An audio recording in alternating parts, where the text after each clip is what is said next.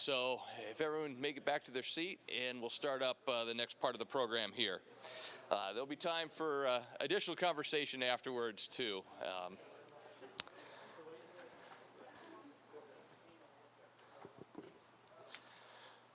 So in the next part of the program, we've got 2 more student presentations, and the next student I have the privilege of introducing. Aaron Trautman is one of my students, and he is one of our, that we claim is a success story of encouraging interns to continue on in research. So Aaron was an intern, part of PEP, for a couple years, right? And we encouraged him enough to continue on to get his PhD program, and so he joined our department to get his PhD, and he's working with us, continuing in the PEP program. And so I'd like to welcome Aaron up here, and he'll tell you more about the knowledge base that we're working on.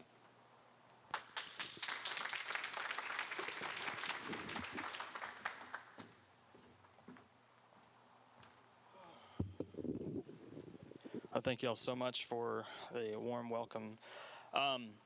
My name is Aaron, and I have been in the P2EP program for 4 years. I spent the first 2 years as an intern, and then the last 2 as a graduate mentor here.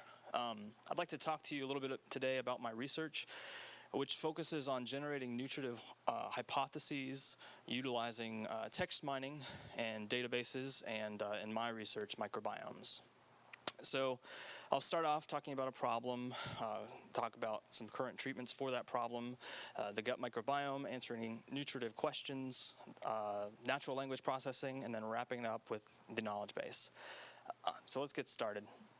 Well, digestive disorders are currently running rampant throughout the world. IBS affects roughly 10 to 15% of people worldwide. The exact pathology of IBS is unknown. However, it's linked to inflammation, though that link is pretty shaky at this point. Inflammatory bowel disease is the more serious cousin of IBS, and certain diseases are grouped under this category, like Crohn's disease and ulcerative colitis. This disease affects roughly 3 million in the US and is characterized by large-scale inflammation within the gut. Current treatments for IBS are symptom specific, so they treat the symptoms that an individual is currently experiencing, like whether it's diarrhea or painful digestion. So it reduces the symptoms, but it's not really a great long-term solution because it doesn't treat the underlying condition. In contrast, IBD, there's 2 phases generally. There's active and maintenance phase. When a patient comes in with active IBD, they're usually given some sort of corticosteroid to reduce the inflammation quickly and then bring it into a maintenance phase to where they can control it. The goals of these are to reduce inflammation, reduce the immune response, and reduce circulating TNF. Diet is also prescribed for most patients with IBS, and typically the goal is a low FODMAP diet. FODMAP stands for fermentable oligo, di, mono, and polysaccharide compounds. So this usually will reduce the symptoms, but it may also reduce the beneficial bacteria. A little side note for you, in 2016 my wife had our daughter Amelia, and after that my wife began to experience symptoms very similar to IBS, like she couldn't eat a lot of the foods that she really wanted to eat. Like cheese, right? Everyone likes cheese in general, but it gave her really, really painful stomach aches, and she was trying to figure out, okay, what is going on here? So she went to her doctor, and her doctor said, well, maybe try taking a probiotic.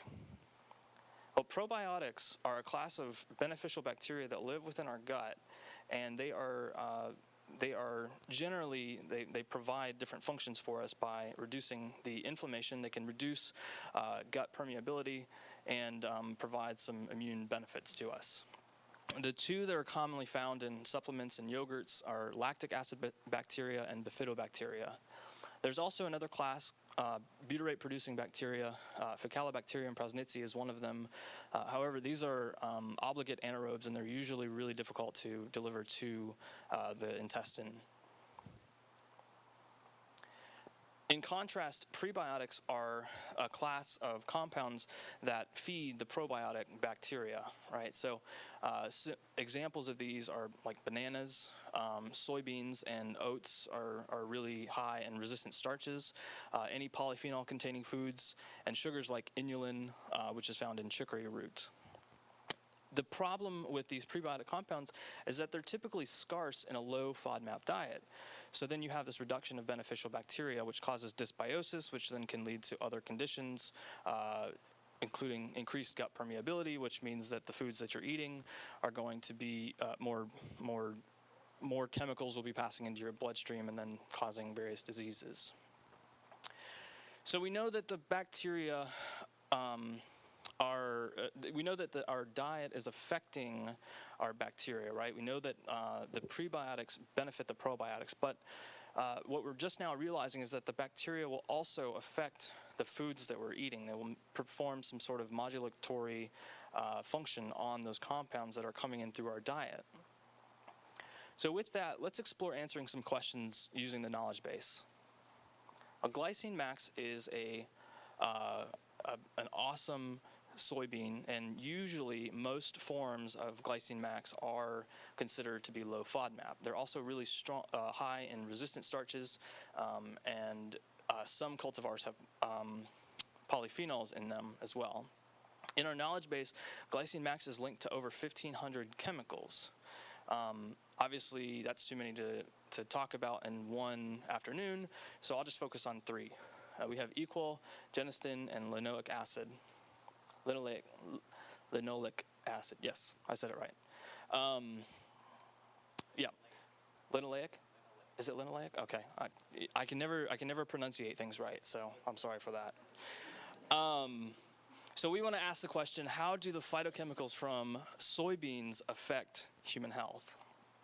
Right, so and in the context of my research, how do the phytochemicals from soybeans affect gastrointestinal diseases? Well, in the old method, what would happen is that the phytochemicals, we would have to answer these questions utilizing literature review, right? We would have to answer these 4 questions: what phytochemicals are produced by glycine max, what human genes are affected by those phytochemicals, and what pathways are these genes involved. And apparently the 4th one disappeared, but it is what diseases are affected by these pathways. So we have to answer these questions using literature review, and in some cases this isn't really feasible because this takes up a lot of time and it delays the research process, right? If you're having a condition that's running rampant and you need to find a solution quickly, like Eric was mentioning, you need to use some sort of text mining or some knowledge-based discovery. So what Richard Linchenko did was he generated this knowledge base using public data sources like mining through abstracts and connecting various databases to create this knowledge base that connects plants, chemicals, genes, pathways, and diseases. So you can see here how some of this might be valuable. So you might be asking, or you might be wondering, well, why a graph database? Well, what if we just wanted to answer this question, right? What human genes are affected by compounds produced by glycine max, okay? And say we had just a relational database. It might look something like this, to where the human genes that are affected by compounds are linked with these 5 tables here. So we would produce a select statement like this that would look kind of ugly. There are 3 joins and let's see here, 1, 2, 3, 4 conditional statements. So in order to generate something like that, we would need to do that, okay? Now bear with me here as I talk about a graph database.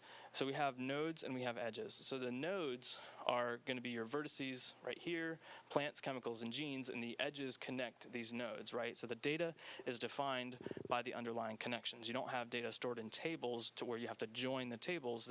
It's defined by the connections here.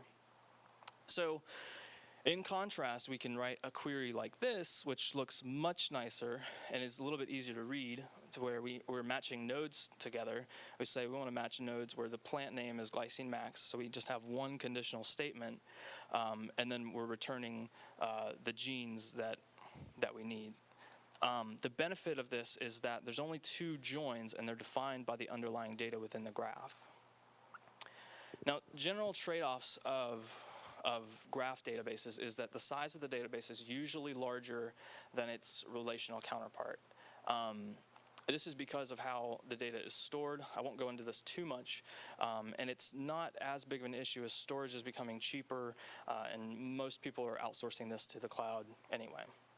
Graph traversals and build times are also defined by the underlying graphs as people need to traverse over each one. So as the graph gets larger, the build times would increase.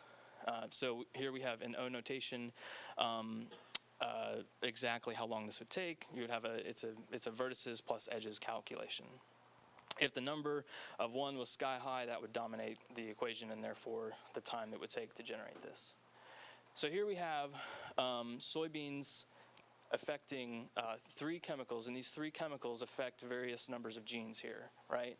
And so 4 genes that are of interest to us within the context of IBS research are TNF-alpha, interleukin-10, SCN5A, and FAAH. So I just told you that the microbiome affects the foods that we eat, and that glycine max has these chemicals here. Well, what if I wanted to examine the knowledge base and take into account the effects of the microbiome? That's where my research comes in. So what I'm using is natural language processing to derive meaning from unstructured text, right? So what we do is we have our experiments, and then we generate this data, and then we throw it into a paper, and then we give it out to the world for everybody else to read, right? It's easy for us to read, but not as easy for a computer to read. So previously, Dr. Richard Linchenko used abstracts because it was shown that you can make great associations from abstracts. But as we learned last summer, through reading microbiome papers, a lot of the information was stored within the full text. The downside of this is that trying to mine through full text is really messy, and it creates a lot of noise. As Dr. Brower mentioned already, Lingomatics is our tool of choice, and it handles a lot of the indexing and ontology use for us.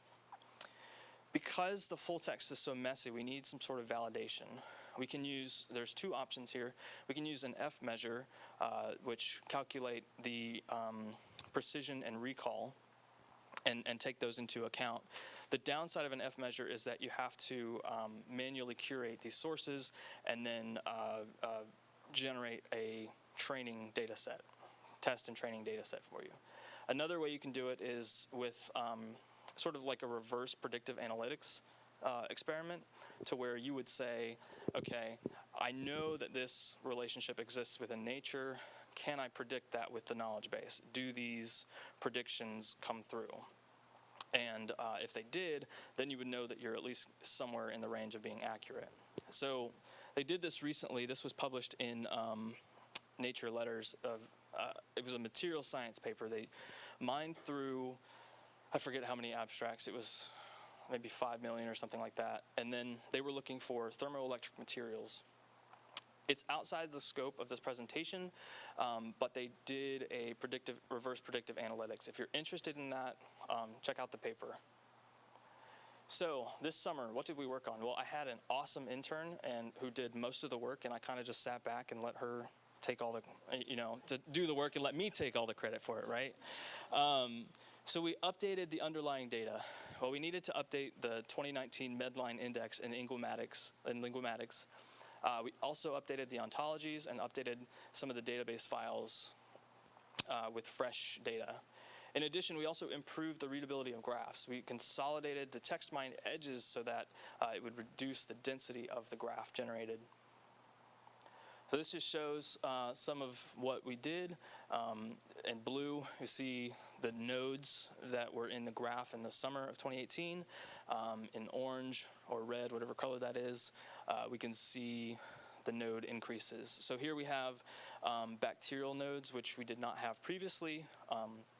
And we can see that the summer, this summer we were able to increase the nodes by about 3 times as much. In addition to test the improved readability, we generated a test query from glycine max to chemical A, and to gene and B, to pathway C, to phenotype D. You get it, you're smart people. You can see that here in this, the time to generate the results, we ran the old database versus the new database, and in general, C and D are really where it shines through, and D, the query took longer than a day, so I ended up just canceling it. But here it took 160 seconds or so. Average degree per node, that was reduced for the most part. The degree for a node is just how many edges are coming out of that node. So a reduction in that means a faster graph traversal time. And additionally, graph density was also decreased. That's just how many edges are within the graph out of the maximum number of edges possible. So where we're going? Well, we're going to extract the new microbiome associations with the updated data. We'll have to parse through those associations, and then we need to build a new knowledge base with those associations. In addition, we'll need to heuristically rank the results retrieved from each query. So I mentioned that glycine max was connected to 1,500 chemicals. As a researcher, you're not going to want to go through all 1,500 chemicals at one time. That would be ridiculous. So you would probably want to know that those are ranked and see maybe the top 100 results, or go through those in order of importance. So I mentioned earlier, how does glycine max affect our health in the context of the gut microbiome? I generated this example last summer. It's pretty good, so I used it again. Glycine max produces daidzein, which I didn't talk about. That's another chemical there. It's metabolized by 2 gut microbiome species to produce equal. And daidzein by itself affects 294 genes, but equal affects an additional 24 genes. So I'll kind of leave you with a thought after I acknowledge some of the people that have really been beneficial to the work that I've done. Dr. Richard Linchenko, Dr. Corey Brower, Dr. Jeremy J., and Stephen Blanchard, and then also the interns that I've had over the years. They have been super instrumental in the work that I've been able to do, and letting me take the credit for their work, which is really nice. So I'll leave you with this thought. What if we're missing something from our research? What if we're missing a hidden component of the microbiome and the associations that it provides? Thank you.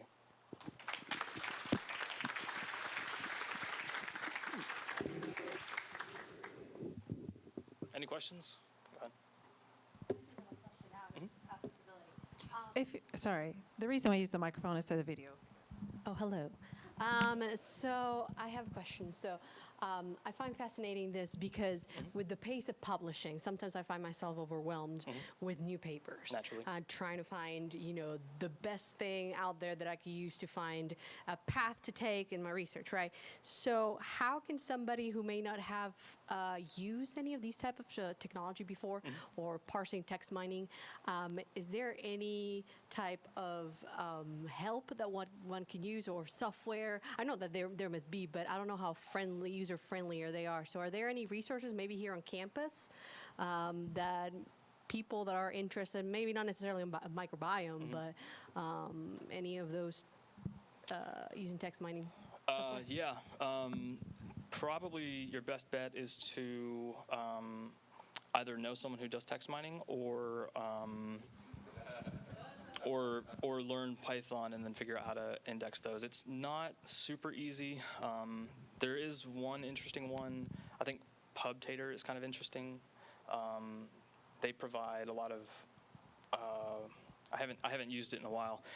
They provide a lot of so where you can do searches, and then it will highlight terms within the text for you. It's still a lot of manual reading that you have to do. So yeah, if you learn Python, there's a couple tools in there for text mining. But yeah, the downside is really just you have to handle the indexing yourself and or have a lot of money and give it to Lingomatics. So Jeremy's really smart. Yes, or come talk to Jeremy. I'm sorry. That was my second option. Technically, that was the first option. Yeah. Any other questions? Thank you so much.